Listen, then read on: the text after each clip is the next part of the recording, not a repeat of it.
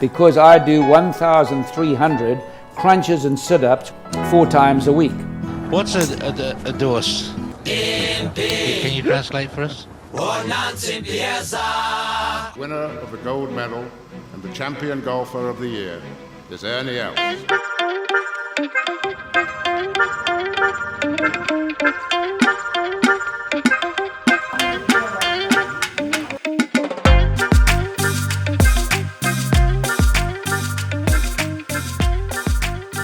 Ladies and gentlemen, welcome back to the Go Track, the podcast about golf and golf adjacent stuff.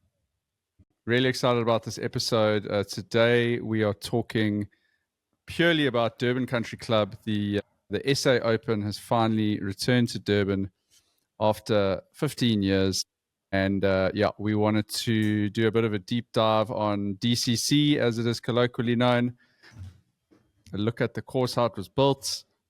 Maybe bring you guys a couple of visuals. So joined once again by my guy, my local guy who's recently played DCC. Good evening, Jacques de Villiers. How are you?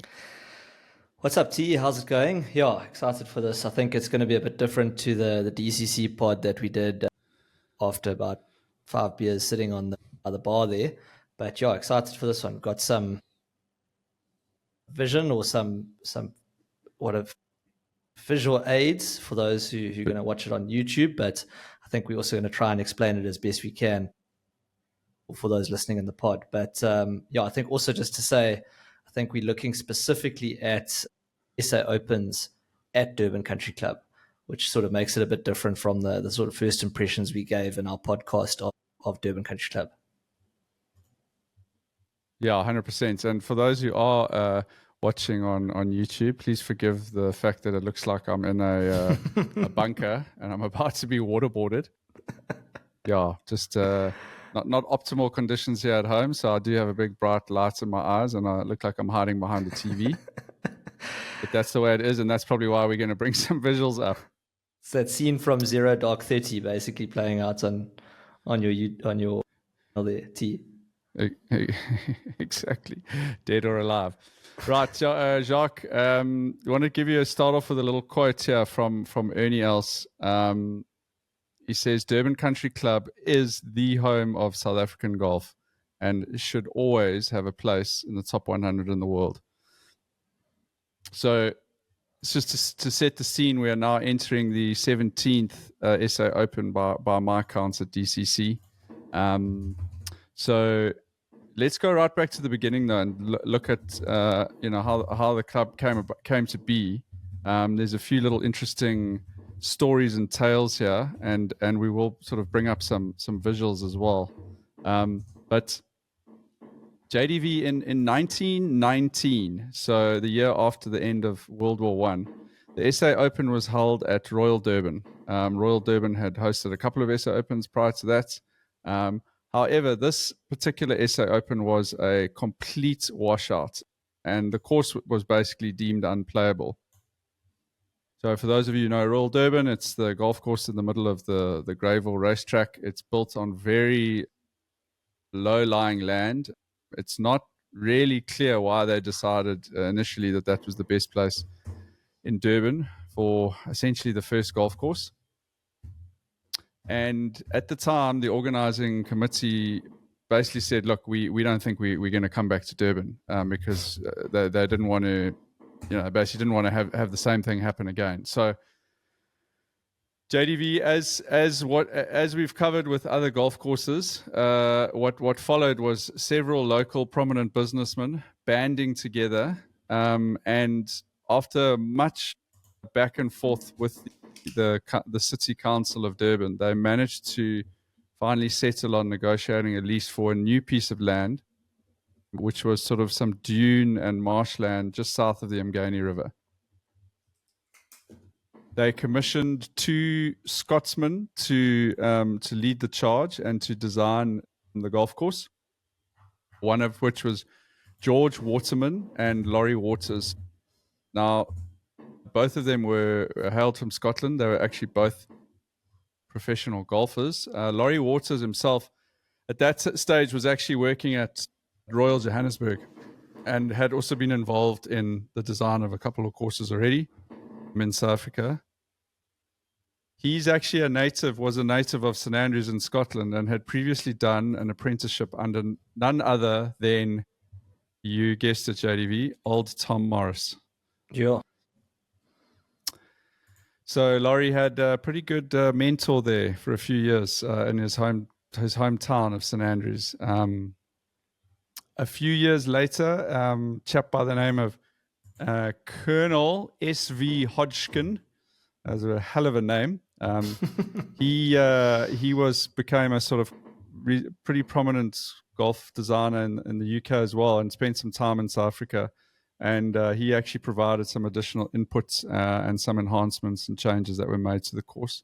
Hodgkin also was the chap who was the architect for Humewood, and had also had hands in upgrades to East London Golf Club and to McCarthley. So some pretty good pedigree of guys who were involved in putting Durban Country Club together. JDV, as you can imagine, back in those days, most of the course, there were no TLBs around. Most of the course was built by hand with oxen and donkey-drawn carts used to move the earth around where necessary.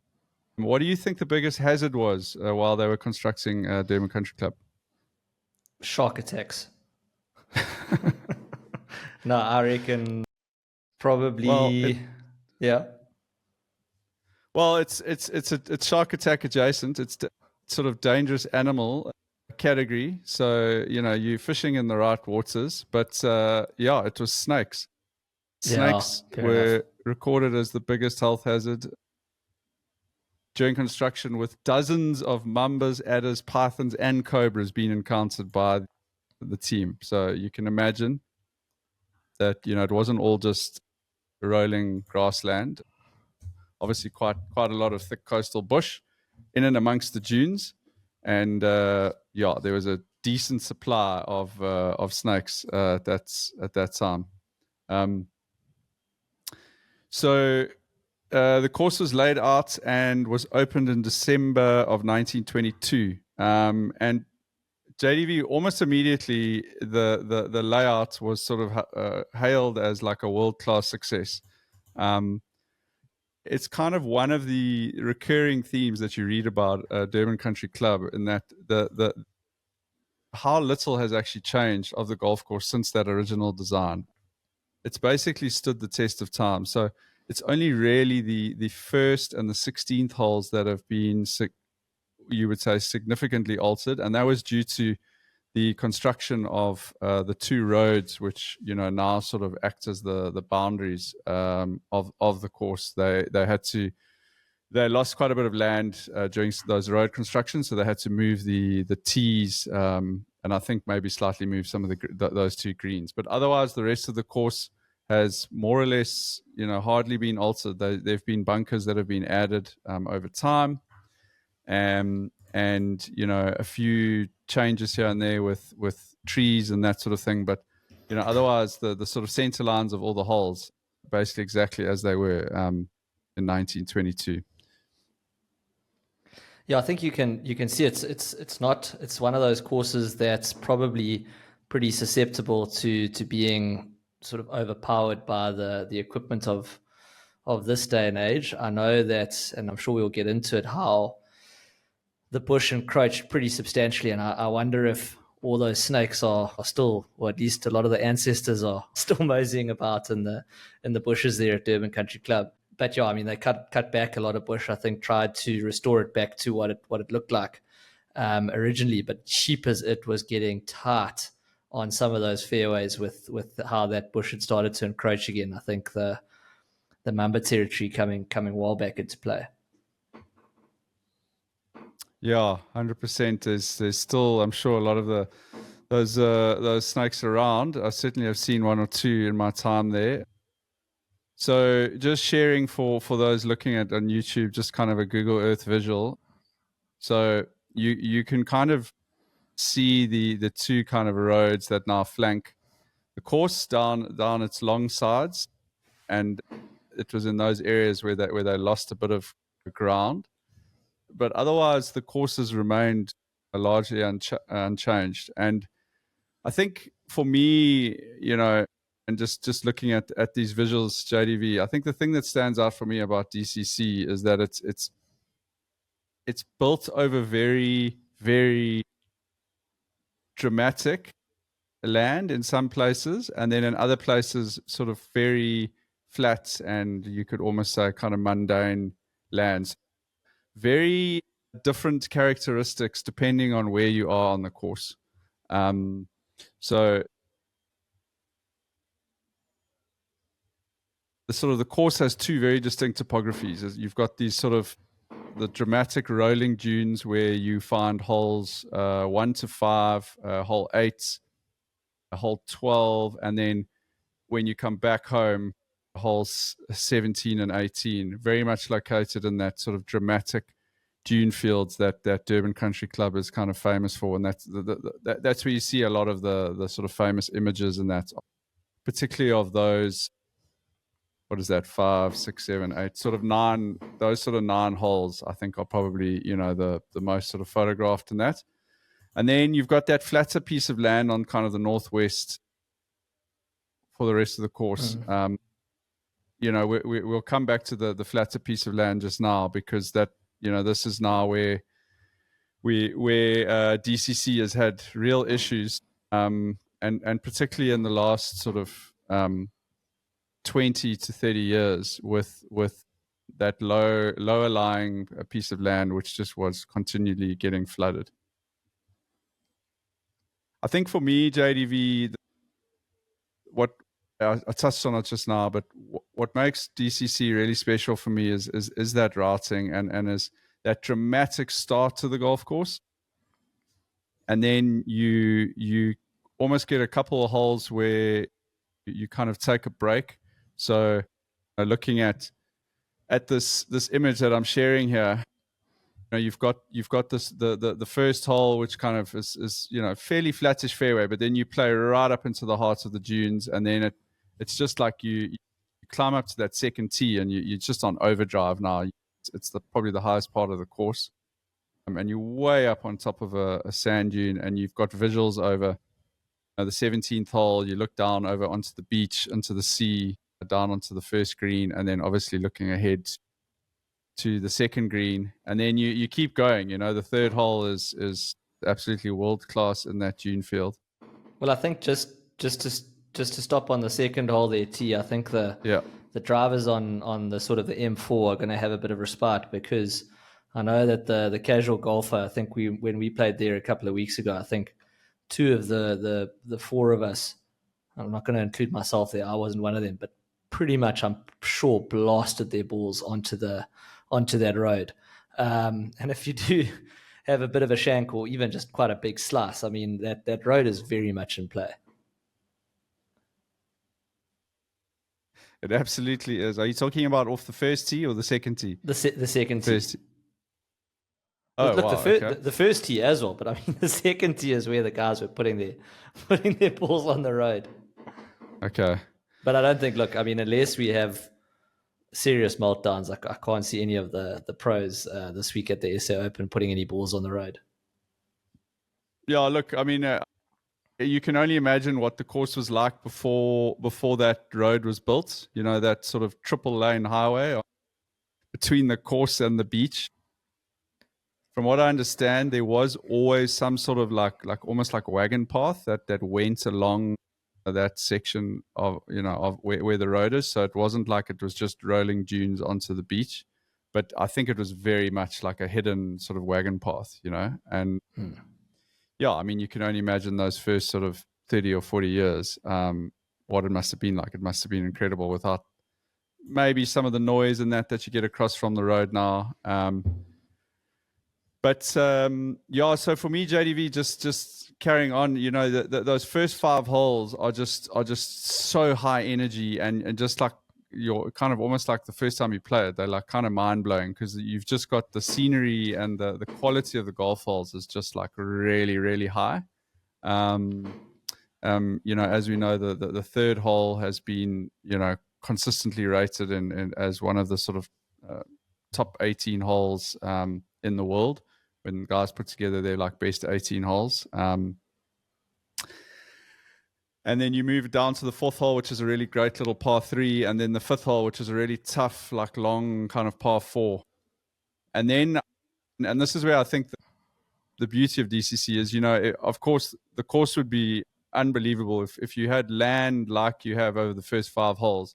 If you had that for the entire course, you'd be talking about something that would be almost, the likes of like Royal County Down, or it would be unbelievable. But obviously you don't have that land. And then I think what's quite nice is, you sort of tap off a bit from that really crazy dune stuff. So you got the 6th hole, the 7th hole. The 6th hole is very flat.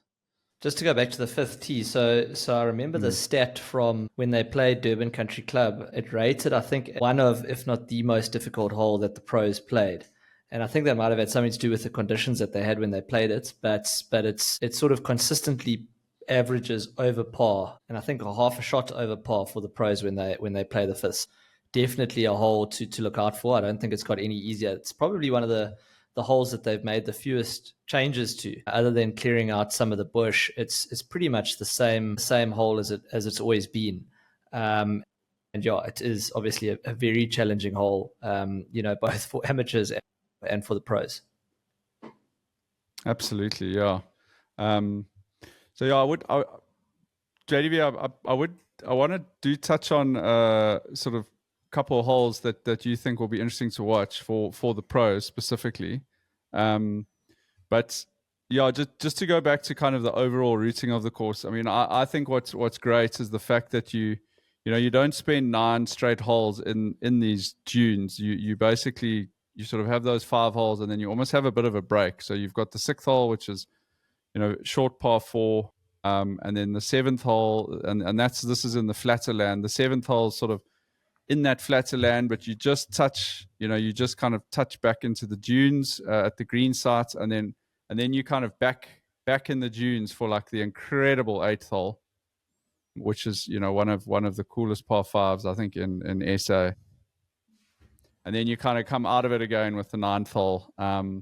And then obviously the start of the back 9, you're very much in, you play 10 and 11, which are sort of in that sort of flatter land, and then you come back into the dunes again for the insane 12th hole par 3, which we can definitely touch on later from the pro perspective.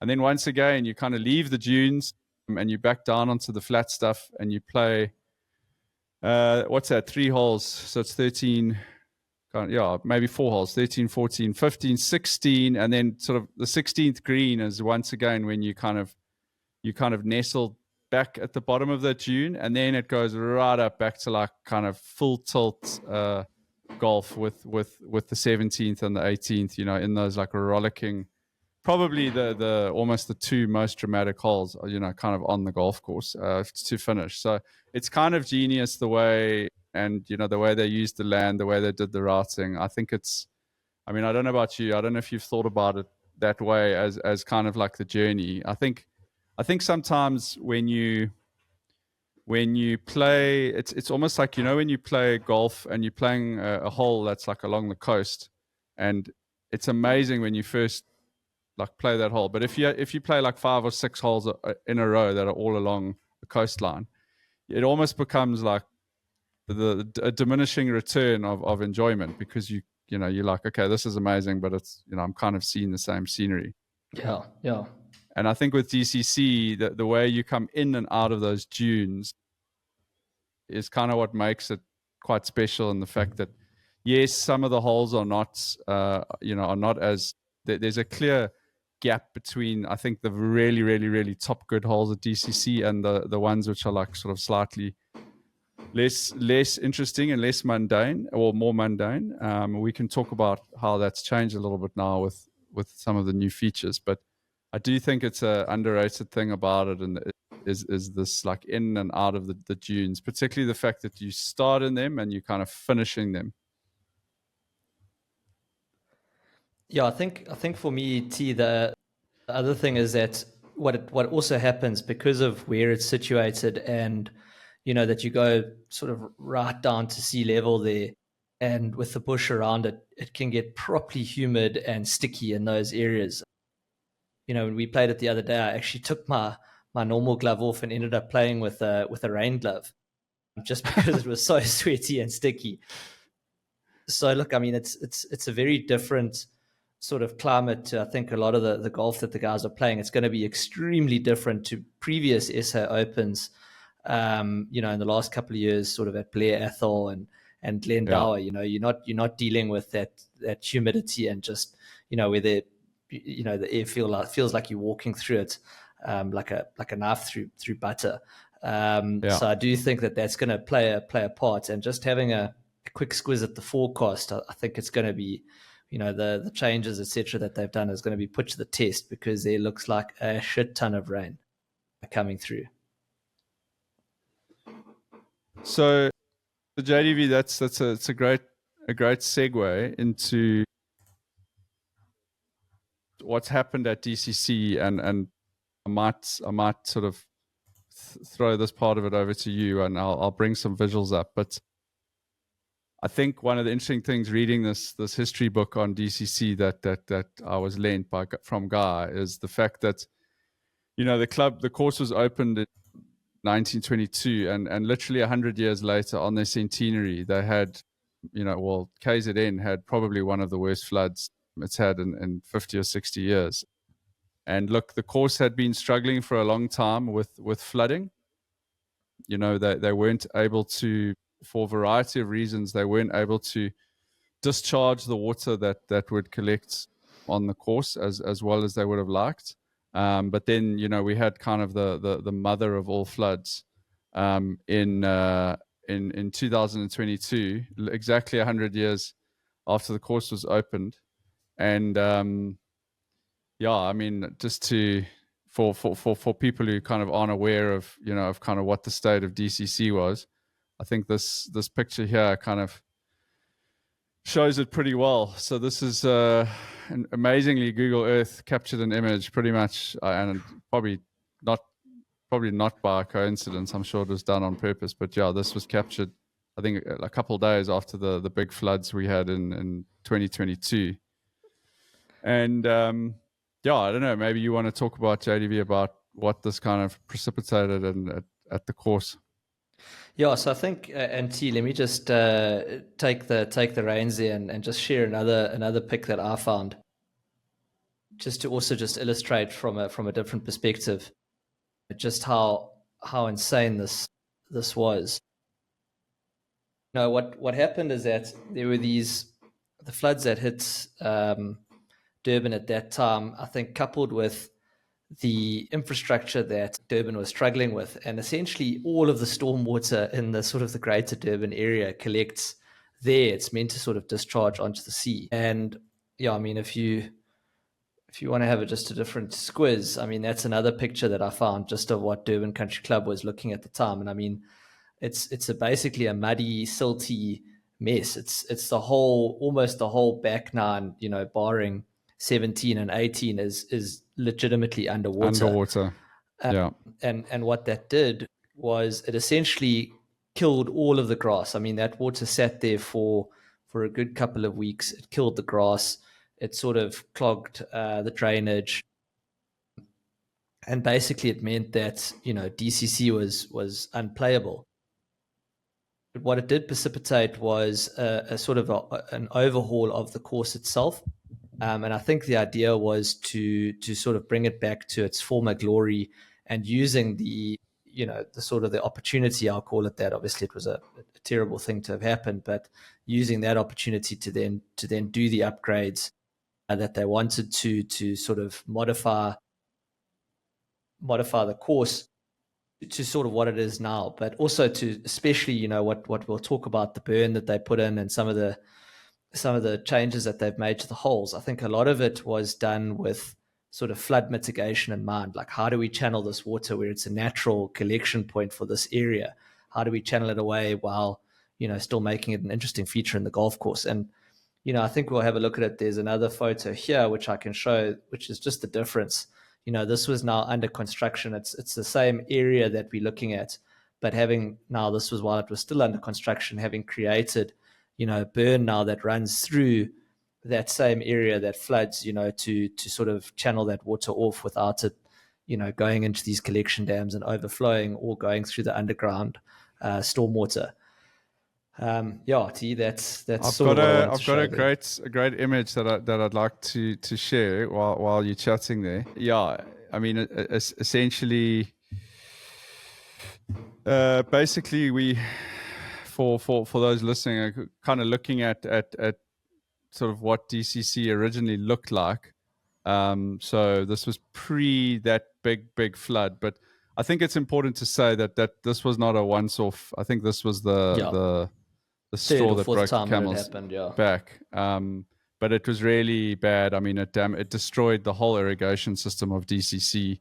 And, for a long time, they had a renovation plan in mind, which they were planning on sort of enacting over a longer period of time. And I think this was kind of, like almost the end, the catalyst that sped up the entire renovation of the course. So, basically, a number of sort of the members got together with, from what I understand, a few higher profile individuals in the South African golf world.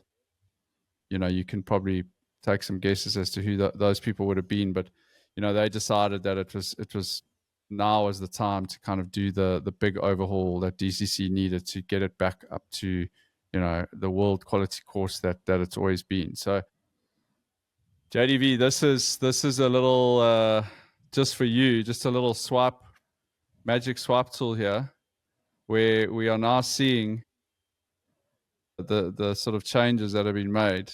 And basically, as you were saying, they've essentially put this burn in. For those who aren't familiar with that word, I mean, burn's basically the sort of Scottish word for like a little river or tributary.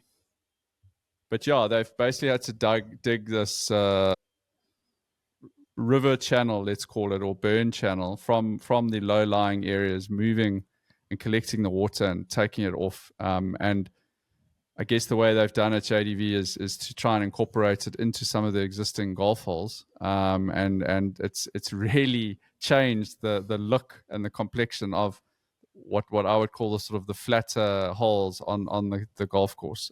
So there's a lot more strategy now that's involved. I don't know if you want to touch on that at all. I mean, I know you've played there twice now, but sort of those holes now on the back nine. I mean, I think from the one time that I've played, I mean they were pretty drastically different now. Even though the green sites are mostly in the same place, the holes are quite different. Yeah, I think if you look at the holes where the burn really comes into play, the two par fives, the 10th and the 14th, which used to be very reachable in two with not much risk. The burn now plays a big role. On the 10th, the burn wraps around the green, so you have to take on risk if you want to hit that shot in two, where you had quite a big sort of bailout previously when the burn wasn't there. And then I think 14, it's also, I think, vastly improved that, having the burn in front of the green and running down the right-hand side of that fairway, just adjacent to the road, I think. And then obviously having it run just in front of those tee boxes. If you top your ball, you're not going to find it. But I think it's made a big difference to the strategy of those par fives in particular. I think the other holes where the burn comes into play, again, that's made it a bit more of a challenging hole is 13. 13 previously it encouraged you to take the driver. You almost took more risk out of play by taking the driver, whereas now the way that the burn wraps around that fairway and just in front of the green, you've got a real risk in driving it. I just quickly want to show you, and I'll explain the changes here as well. This was the vision that they had of Durban Country Club when they were doing the renovations. You can see what the vision was. 14 and 15 in particular, 14 being the par five that's adjacent to the road. And the vision was that there was quite a big dam, just in front of that green, and it sort of made it a figure of eight, or an 8 shape, which also played into the 15th par 3. Now they've moved that par 3 tee box on the 15th all the way into the bush, sort of tucked it in. It's no longer right next to the road there, which I think was a good call. Mm.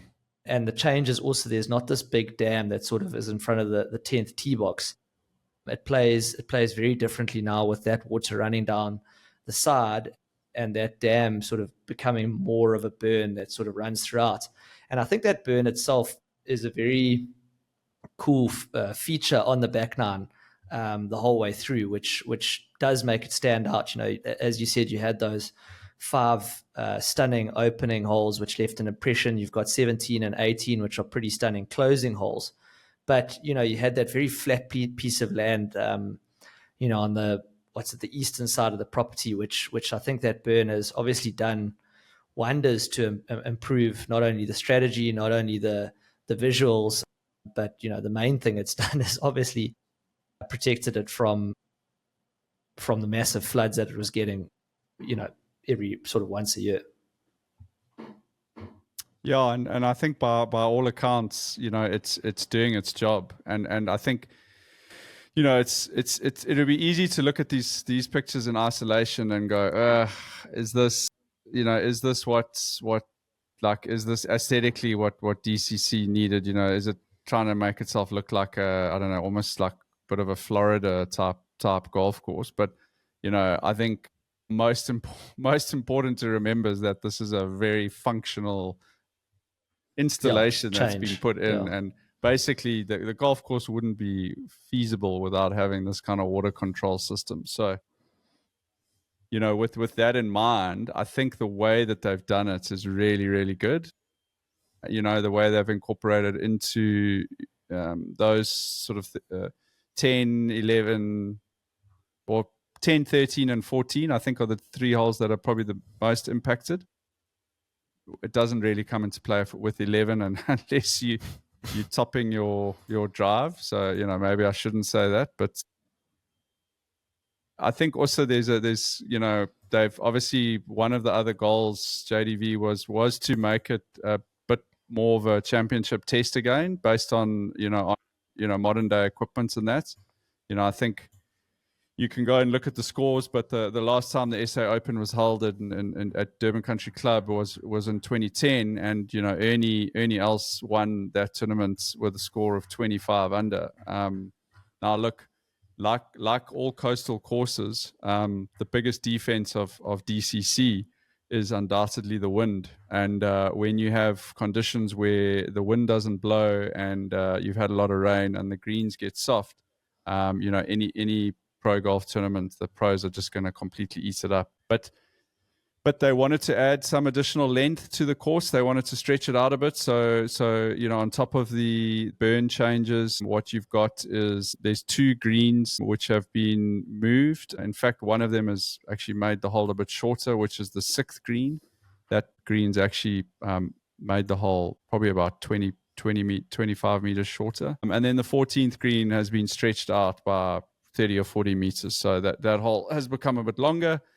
And, you know, where possible, they've pushed some tee boxes back. So I think you look at holes like 17, 11, they have new tee boxes which have added some additional length. So, yeah, and then, I mean, on top of that, JDV, on top of the sort of lengthening and the water control, I think, you know, obviously the decision was taken to do quite a big upgrade to all of the greens and bunkers. And, you know, it's not just you know, take the grass off, pop some new grass on. The green complexes themselves, whilst most of them are in the same physical locations, they certainly are very, very, and you can attest to this having played there twice, but they certainly are now very, very different propositions, the greens. They've got a lot more undulation in them.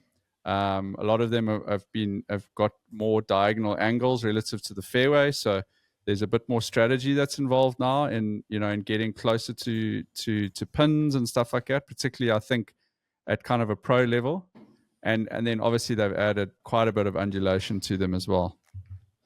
Yeah, I think the greens in particular, you know, when we played there, the decision, you know, has clearly held up to put the grass that they have on the greens and the surfaces. You know, when we played there, we're playing slow, but I've got a feeling that was just to make sure that they had some room to cut them come SA Open time. So I've got no doubt that they'll be running a lot faster. Although I still can't see them getting that much faster, given the rain and the weather that we've had here. I've got a feeling those greens are still going to be pretty slow, which, when you put pros on slow greens, it's almost actually a disadvantage for them, because they're so used to playing these lightning quick greens that, you see the guys playing the British Open when the greens are playing a bit slower, and the PGA Tour guys and those pros often struggle with slower greens. So yeah, I'm interested to see how quick the greens are playing. They're certainly running true. There's a lot of undulation, but they're not particularly fast. Yeah, I guess what that allows the guys doing the setup to do is, maybe if the greens are going to be slightly slower than they would have liked, just because of the weather, it does allow them to maybe access a few more different pin positions on, maybe closer to slopes and that, which would be a bit riskier, when you've got lightning fast greens, and you got like a Shinnecock Hill scenario where guys are like putting their balls off the green. So maybe what we'll see is some really, really tough pins, like on slopes. And I don't mind slower greens. I don't think they're going to be that slow. I think from all accounts, everyone's saying that they're draining really, really well, and that the course is really draining incredibly well. Just a side note, JDV, from what we were told, when they started digging that burn, it wasn't a case of digging it and then, waiting for the rain for the water to fill up. From what I understand, as they dug, the water was literally just coming out the ground.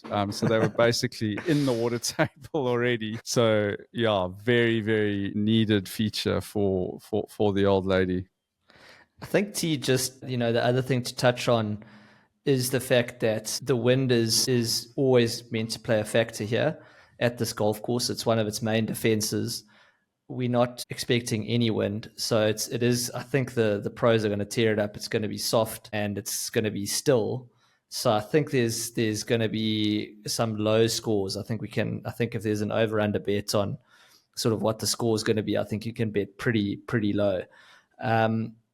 So I think that's one thing I wanted to mention. I agree with you. I think they're going to definitely be able to tuck some pins away, and I'm very interested to see, particularly on 17, when they tuck it on that sort of front left into the dune. I think that could be quite a fun hole to watch, to see how people try and get to that pin. But yeah, the weather, I think, is not going to play ball for us in terms of getting some biblical conditions. I think it is going to sort of be there for the taking. But sorry, the last thing I wanted to mention, T, was just the rough.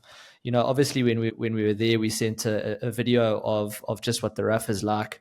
You drop a ball in there, it goes all the way down. Now, I think amateurs playing out of rough and pros playing out of rough is chalk and cheese. But, I still think that there's going to be a premium on hitting fairways. And the rough at Durban Country Club is not like, that thick, lush grass. It's that spindly, catches your club rough, and particularly around the greens. If you're trying to chip from a bit of an awkward lie, and it's quite sandy, and with a lie that you've got to sort of dig in a bit, I think it could be quite interesting watching some of the guys' short games and some of the heavy stuff around the greens.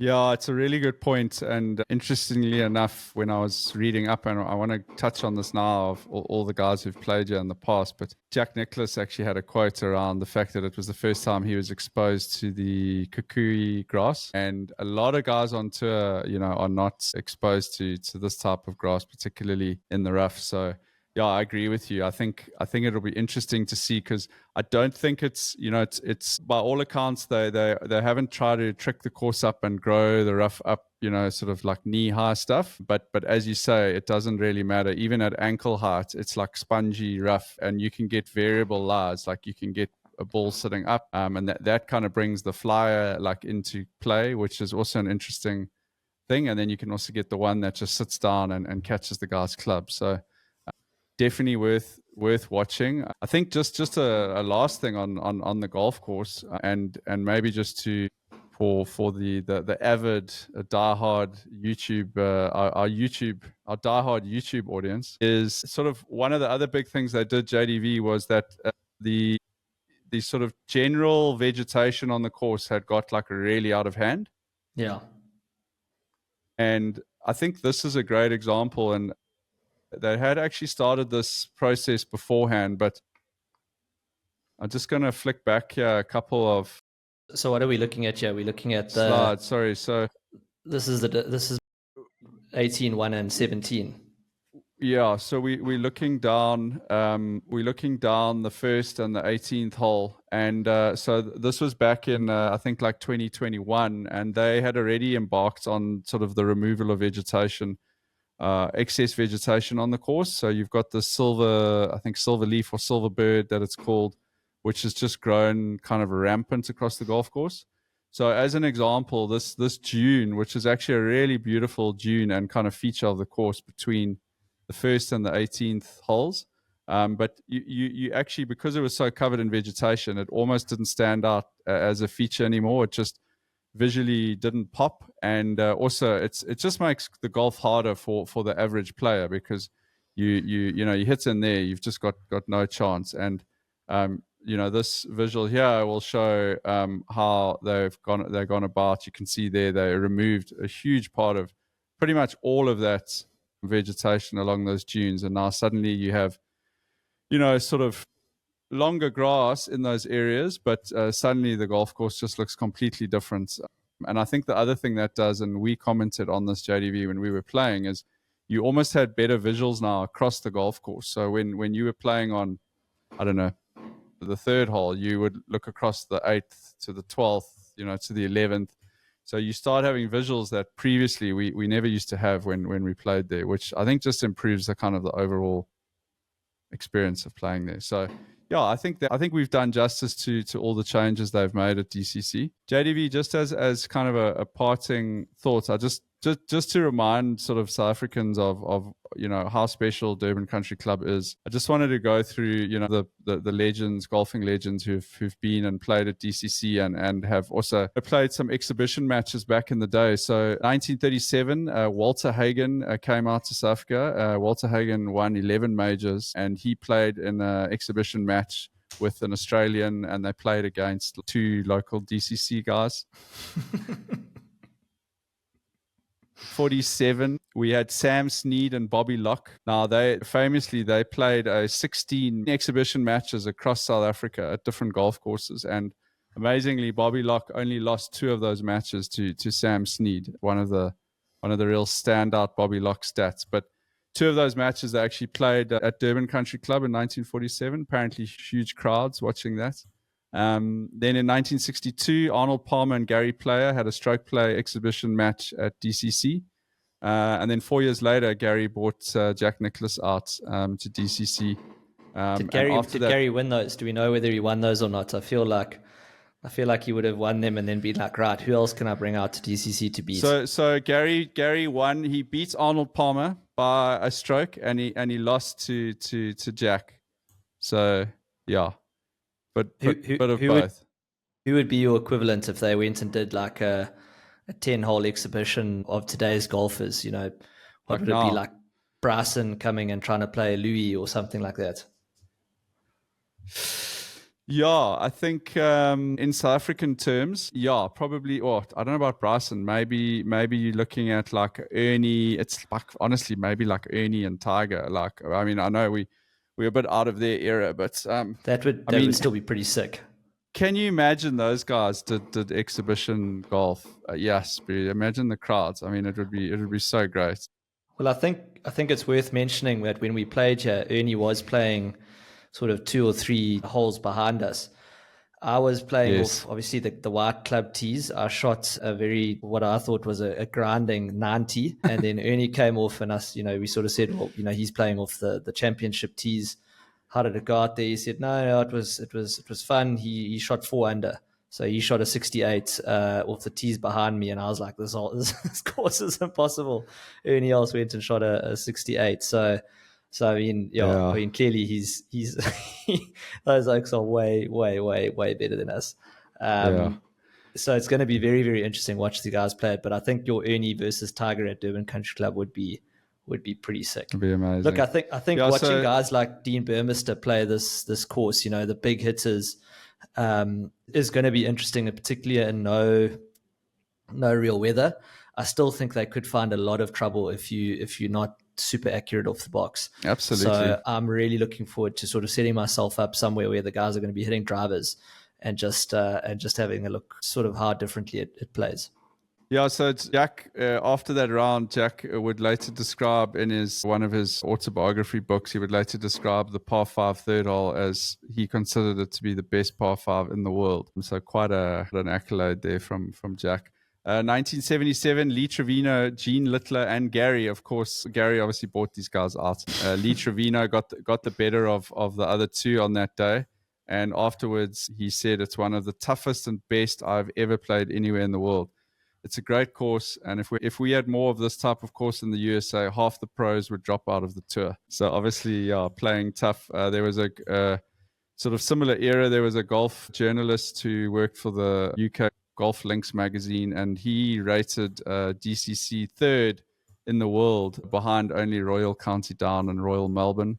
So, Wow. it's been over its lifespan. It really, really has been highly regarded by obviously not only South Africans, but, international golf personalities. Just to close out JDV, just also, I mean, this speaks to the pedigree of DCC but just going through the roll call of winners of the SA Open at DCC. I'm going to run those through to you quickly. And I think what's quite interesting here is there've been some massive blowouts at DCC. Guys winning by 5 and more shots. And it seems to be a bit of a theme. 24 was the first Open. Now, and I don't know if I actually mentioned this, but quite amazing. They had the first SA Open 18 months after the course was opened. But Bert Elkin, the famous Bert Elkin, he won by 9 shots, beating the Bruce brothers. 2028, he had Jock Bruce beating his brother Sid by 1 shot. Again, the famous Bruce brothers, and yeah, a bit of a brotherly battle there. And then here come some of the blowouts, JDV. 1939, Bobby Locke won by 8 shots. 1946, Bobby Locke won by 11 shots. We had Gary Player winning his first SA Open at DCC in 56. He won by 3. 1963, we had Retief Waltman. He won by 8.